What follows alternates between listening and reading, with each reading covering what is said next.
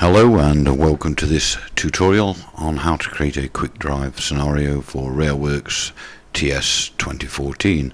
I shall try and run through everything step by step to give you some brief idea on how to create a quick drive. Now you can have more than one quick drive scenario in any given route. In fact, I have quite a few all stacked up and can provide a large variety of services. Some services do need making up into consists, and I'll cover that later. Now at the opening screen you'll see drive, etc, etc. Click on the build and click on the route that you wish to make the quick drive scenario for. Then if you click on the scenario editor and then create new scenario,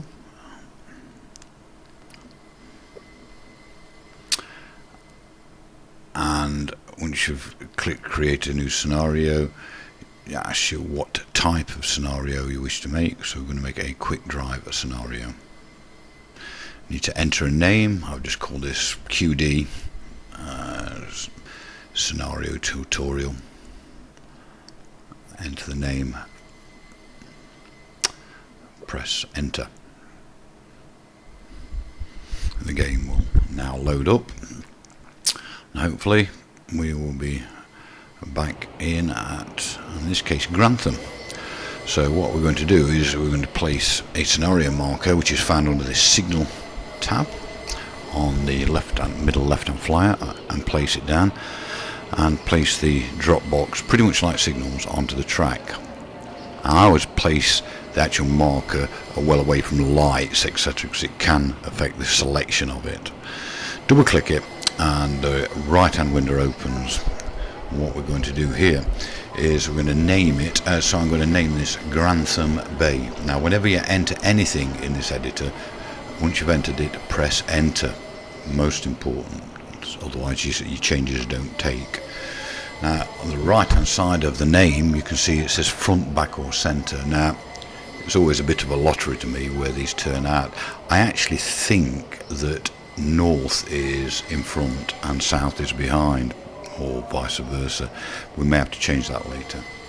Once I've done that, I right click in the main window and then press the 9 key. This takes you to the map editor. You've all seen this before. So what we're going to do is we're going to click on the plus in the right hand flyout and then click on a marker, in this case the bay stroke loop marker at Newark, and it will appear there. Now you don't just have to have one possible destination, you can list all the destinations. So here we'll fly up and we'll send it into the Lincoln portal. So again, plus sign and then click the Lincoln portal, and then if we fly up to Retford, we'll find Retford and we can add Retford down platform. And then if we scroll further up, we can go to Doncaster, and I'll try and select platform 5. Sometimes you have to zoom right the way in and click on the green line, and it can be a little bit iffy, so keep trying and I'm sure you will actually get there and get it in. You see it appear at the bottom. I'll zoom right in further and plus, and then click on it, and yes, there it's gone. Right, we don't need any overhead line or fourth rail or third rail or anything like that. So, and that's it, done. That is your player spawn marker in, and they will give the options. So now let's add an AI spawn point. Now this AI spawn point is again from the same set of menus in the left hand side table. So under the signal, select AI spawn point, and then drop one in the game and drop the marker onto the track in just the same way as you did the previous one. Okay, double click on the marker, and in the right hand flyout you will see, when I actually get it back up again, you can zoom in, so lighting can be a problem in selecting these, where it is for me. So what we're going to do is again add destinations. So when we click on the plus, just right click in the main window, press 9, and we should go to the map view. So on this one I could send it all the way north. Actually, what I will do with this AI service, I'll send it up the Nottingham line. So click on the plus and then click the Nottingham portal. Alright, so there we go. Now if you click on page 2, you'll see a list of various types of consists and the probability list on the right hand side. So here select a consist and enter a number, say 0.8 or something like that, and press enter for I think that's passenger scrap, which is the parcels train. You could also coal train as well, 0.8. Now the important thing here is that the numbers on the right can only add up to a maximum of 1. If they add up to anything less than 1, then you won't always get a service spawning there. You know, in this case, one of the services has an 80% chance and the other a 20% chance, so you should always get one on that. And a very important thing here is the length. This is where nearly everybody falls down. 150 meters is not long enough for even most UK consists, so you must stretch that and put it 350 or 500. Again, you've got the back, front, centre. It's a bit of a lottery where it's going to come out. I better get this the wrong way around, but we can always change it afterwards. So there we have an AI spawn. Now the third type we'll look at is the consist spawn. Now consist is just any line of trucks, wagons, locos, etc. that won't go anywhere. It's just static. But you can, by using these consists, static consists, you can get a variety of variations. So it could be a line of wagons one time, and it could be a coal train the next time, etc., etc. So place it and drop the marker onto the track as well, and double click, and up it comes, and it's pretty much the same as this page 2 of the AI spawn marker, whereby you've got a list of consist types and the probability. Again, they can only add up to 1, and again you need to increase the length. Whenever you enter anything, I can't stress this enough, press enter afterwards, otherwise it just won't take. So here we'll add a couple of possible types, and coal train. Passenger scrap is the one that I use for parcels train, so we'll see what turns up with that. Okay, right, now what you're going to do is save this, and the easiest way is play it, and then it starts up but nothing shows. It won't do because it won't start, so we have to escape and quit again and head on all the way out to the main menu, then go back into quick drive and select whatever you want to drive. I'm going to select a 114 DMU.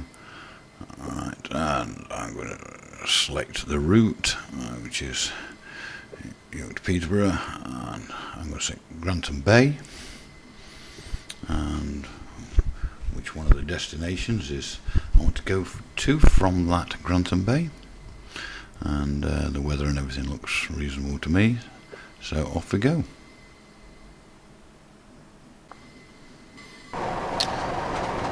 And here we are in Grantham. I can immediately see that the passenger train, the van train, is obviously starting in front, and off it goes. Yeah, and the coal train that's on that side, that's in front of the marker as well. So I think we need to exit this.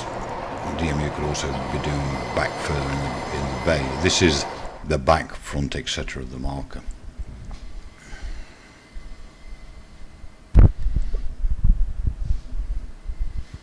So to edit, we've gone back to the scenario editor, and we're selecting the quick drive scenario and edit scenario, and jumping back in.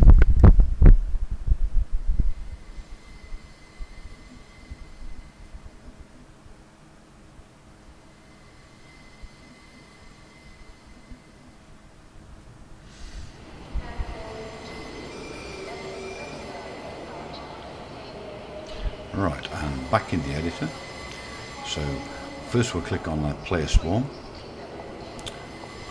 and we can move that up a little bit, the track position marker, and we can also change that to back or center. We'll try it center, see what it comes out like. Then we'll click on the AI spawn point, and on the right hand flyout we shall change that to back, from back to front. It's obviously not in front of it. I'm saying I think they think front is north, and the same for the static consist marker. Okay, click on the play arrow again to save it. No, I tell you what, let's drop a southbound express consist in. So we'll click an AI spawn point, drop it on the track, or anywhere near the track, drop the marker in.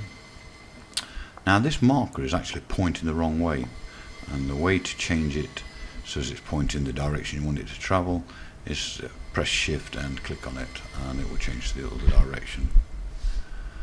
So now we'll double click on the actual marker itself, and in the right hand flyout we will first set a destination. I'll send it down to Huntingdon Fast, just get it off the map. So down to the Huntingdon Fast portal. Click the plus and click the portal marker.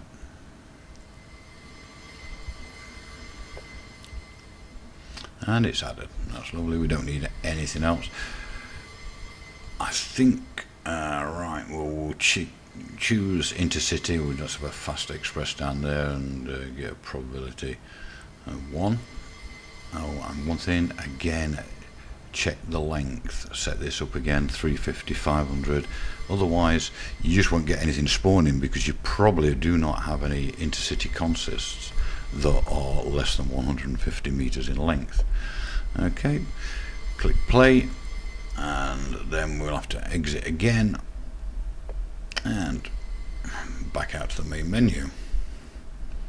This is so it reloads with the new information you have placed.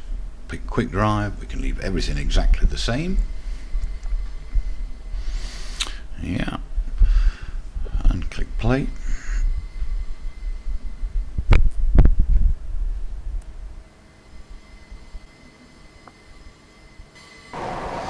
Here we are at Grantham. Alright, camera the 114.